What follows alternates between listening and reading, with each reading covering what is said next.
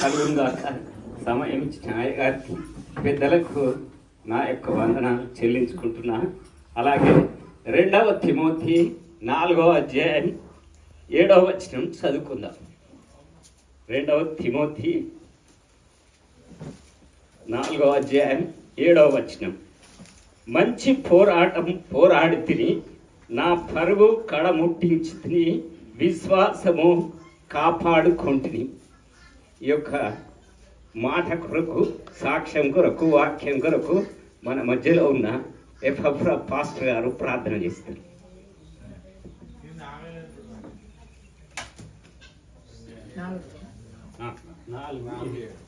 చిన్న మాట ప్రార్థన చేసుకుందాం. ప్రేమగల తండ్రి, మిమ్మల్ని స్తుతిస్తున్నాం. ఈ దినం ప్రభు కొంత బాధకరమైన మీ ప్రియులిచ్చిన సాక్ష్యాన్ని బట్టి ఇది నాకు సంతోషకరమైన దినమని నమ్మి నేను మిమ్మల్ని స్తుతిస్తున్నాను. గొప్ప గొప్ప అనుభవాలను, గొప్ప గొప్ప సాక్ష్యాలను వినగల భాగ్యం ఇచ్చినందుకు మీకు స్తోత్రం. మీ ప్రియులు మా తండ్రి సత్యనారాయణ రెడ్డి గారు ఇక్కడ లేకపోయినా తన సాక్ష్యం, తన క్రియలు మిగిలి ఉన్నాయి. అందుకే స్తోత్రాలు దీవించారు. ఇప్పటి వరకు మీ ప్రియులు ఇచ్చిన సాక్ష్యం బట్టి స్తోత్రాలు. దాసు రవిరెడ్డి గారు కూడా నిలబడి నీ పక్షం నిలబడి వాక్యం అందిస్తుంటుండగా, సాక్ష్యం చెబుతుంటుండగా మీ దాసులు మీరు అంతా ఆత్మతో మీరు అభిషేకించి ఇక్కడున్న మాకు అందరికీ ప్రభు ఆత్మీయంగా పులికొల్పబడినట్లుగా, ఆత్మీయంగా స్థిరపడినట్లుగా మాకు అందరికీ ఉపయోగకరంగా సహాయించండి. రక్షణ లేని వారికి రక్షణార్థంగా, రక్షించబడిన మీకు ఆత్మీయులుగా ఎదిగే కృప దయచేయండి. స్తుతించి యేసు నామములో ప్రార్థిస్తున్నాను తండ్రి, ఆమేన్. మంచిది. ఈ యొక్క సమయంలో ఇక్కడ 3 మాటలు చూస్తాం. సత్యనారాయణ రెడ్డి గారి గురించి నేను మాట్లాడడం నాకు అలాంటి ఈ యొక్క ధన్యత అనుగ్రహించబడ్డది. నేను యోగ్యుడని కాను. ఆయన అంత మంచి విశ్వాసి, అంత ధైర్యశాలి. కాబట్టి అలాంటి ధైర్యం మనకు కూడా ఇవ్వాలని ఈరోజు మనందరితో, నాతో మాట్లాడుతున్నాడు. ఇక్కడ చూసినట్టయితే మంచి పోరాటం పోరాడిండు. ఎవరు కూడా అలాంటి పోరాటం పోరాడలేదు. మంచి పోరాటం పోరాడుతుని నా పరుగు కడముట్టించి తిని విశ్వాసము కాపాడుకుంటుని. కాబట్టి విశ్వాసాన్ని కాపాడుకున్నాడు. నీవు నేను కూడా ఇలాంటి మాట చెప్పే విధంగా మన జీవితంలో బ్రతకాలని దేవుని వాక్యం ద్వారా హెచ్చరింపబడుతున్నాం. కాబట్టి మన పోరాటం ఎలాగుంది? మంచి పోరాటం పోరాడుతున్నామా, చెడు పోరాటం పోరాడుతున్నామా? అలాగే సత్యనారాయణ గారు మంచి ధైర్యశాలి, మంచి విశ్వాసి. ఒకసారి ఆయన ఎడ్ల బండిలో ఇద్లాపురం అంటే గోదావరి పెద్దపల్లికి వస్తున్న సమయంలో ఆ ఎడ్లకు కాలు జారి బండి పడిపోయింది. అందులో నుండి పడి ఆ బండ మీద పడ్డాడు. కాలు విరిగిపోయిన తర్వాత పెద్దపల్లికి తీసుకొని వచ్చారు. అప్పుడు ఇక్కడ పెద్ద హాస్పిటల్ లేవు. ఎంజిఎంకు తీసుకెళ్ళాలని అక్కడికి తెచ్చారు.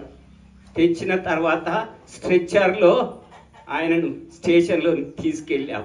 ఆ సమయంలో నేను 7th క్లాస్ చదువుతున్నా పెద్దపల్లిలో. నాకు అది చాలా గుర్తు. స్ట్రెచ్చర్లో తీసుకెళ్ళాలంటే చాలా ఇబ్బంది. చాలా బరువు ఉన్న వ్యక్తి.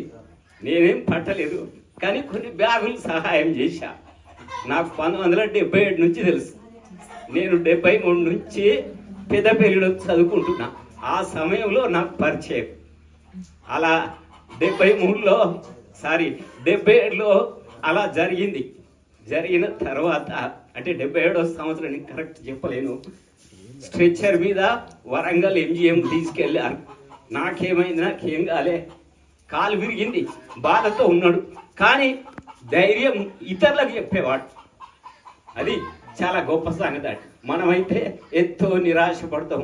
అయ్యో కాలు విరిగింది కదా, ఏం చేయాలి, నేను ఏం చేయలేను అని మనం చాలాసార్లు చింతిస్తూ ఉంటాం. నీ చింత యావత్తు ఆయన మీద వేయుడి, అప్పుడు నీవన్నీ దేవుడు సులువు చేస్తాడు అని ఉన్నది. కాబట్టి మన చింత యావత్తు ఆయన మీద వేయాలి. ఇంకొకసారి నిమ్స్లో అడ్మిట్ అయ్యాడు. గుండె ఆపరేషన్ కావాలి. ఆపరేషన్ సమయానికి రక్తం ఇవ్వాలి. బ్లడ్ లేదు, బ్లడ్ ఉంటే ఆపరేషన్ చేస్తామన్నారు. బ్లడ్ ఇవ్వడానికి నేను అక్కడికి వెళ్ళిన తర్వాత మంచి సలహాలు ఇచ్చేటోడు. ఏంటంటే బస్సుకు పోతే ఎక్కువ డబ్బులు అయితే లేదు, నువ్వు ఈరోజు ఇప్పుడు అక్కడ ఒక ప్యాసింజర్ ఉంటుంది, వరంగల్కి కాజిపేటకి వెళ్ళు, కాజిపేట నుంచి వరంగల్కి వెళ్ళు, అక్కడ సైమన్ ఫాస్ట్ ఉంటాడు, ఈ రాత్రి అక్కడ ఉండు, తర్వాత మళ్ళీ పెద్దపల్లికి రా. మంచి మంచి సలహాలు ఇచ్చేటోడు. అది అన్నట్టు ఆయనలో ధైర్యశాలి, ధైర్యం అనేది ఉన్నదండి. ఇతరులను ఎంతో మందిని ధైర్యపరిచేవాడు, ప్రోత్సహించేవాడు. అంతేకాకుండా మంచి విశ్వాసి. అలాంటి విశ్వాసం నీకు నాకు ఉండాలని దేవుని వాక్యం ద్వారా హెచ్చరింపబడుతున్నాం. ఇంతకుముందు చదివినట్టుగా 112వ కీర్తన అదొక మాట చదువుకుందాం. నీతిమంతుల సంతతి వారు దీవించబడు. చదవండి ఆ మాట 112. నీతిమంతులు నిత్యము జ్ఞాపకంలో నీతిమంతులు నిత్యము జ్ఞాపకంలో ఉందురు. కలిమియు సంపదయు వారి ఇంట నుండును, వారి నీతి నిత్యం నిలుచును. కాదు యథార్థవంతుల వారి సంతతి వారు భూమి మీద ధనవంతులవుదురు, యథార్థవంతుల వంశం వారు దీవింపబడుదురు. యథార్థవంతుల వంశం వారు. ఆయనలో యథార్థత ఉన్నదండి. నేను కూడా ఆ సంతతిలో చేర్చబడ్డా. యథార్థవంతుల వంశపు వారు దీవించబడు. ఆయన యొక్క ప్రార్థన, అత్తమ్మ ప్రార్థన ద్వారా, మామయ్య ప్రార్థన ద్వారా నేను నా కుటుంబం దీవించబడ్డదండి. దేవుడు ఆ యొక్క వంశంలోనికి నా కుటుంబాన్ని తీసుకొచ్చాడు. అది నేను గొప్ప ధన్యతగా నేను భావించుకుంటా. ఆర్థికంగానే కానీ ఆత్మీయంగా కానీ దేవుడు నన్ను దీవించాడండి. ఎంతగానో దీవించాడు. ఆ దీవెనలు చెప్పాలంటే లెక్కకు సరిపో. అంతగా ఆ యథార్థవంతుడు కాబట్టి ఆయన యొక్క దీవెనలు నా పైన, నా కుటుంబం పైన ఉన్నాయండి. ఈరోజు నా పిల్లలు ఆశీర్వదింపబడ్డారు. నేను అది చెప్పుకోవడానికి నేను ఎంతో గర్వ కారణం. నాకు ఆ యొక్క ధన్యత అనుగ్రహించబడ్డది కాబట్టి మంచి పోరాటం పోరాడుతుని, నా పరుగు కడముట్టింది. ఇక నా కొరకు జీవ కిరీటం ఉంచబడ్డది, విశ్వాసం కాపాడుకున్నా అని పలుకుతున్నాడు. కాబట్టి మనం కూడా మన జీవితంలో, మనం నడవడిలో యథార్థవంతులంగా జీవించాలి. దేవుడు ఏమంటాడు? యథార్థవంతులకు ఏ మేలు చేయక మానను అంటున్నాడు. కాబట్టి అలాంటి యథార్థత జీవితం జీవించాడు. కాబట్టి నీవు నేను కూడా మనం యథార్థంగా జీవించాలని దేవుని వాక్యం ద్వారా హెచ్చరింపబడుతున్నాం.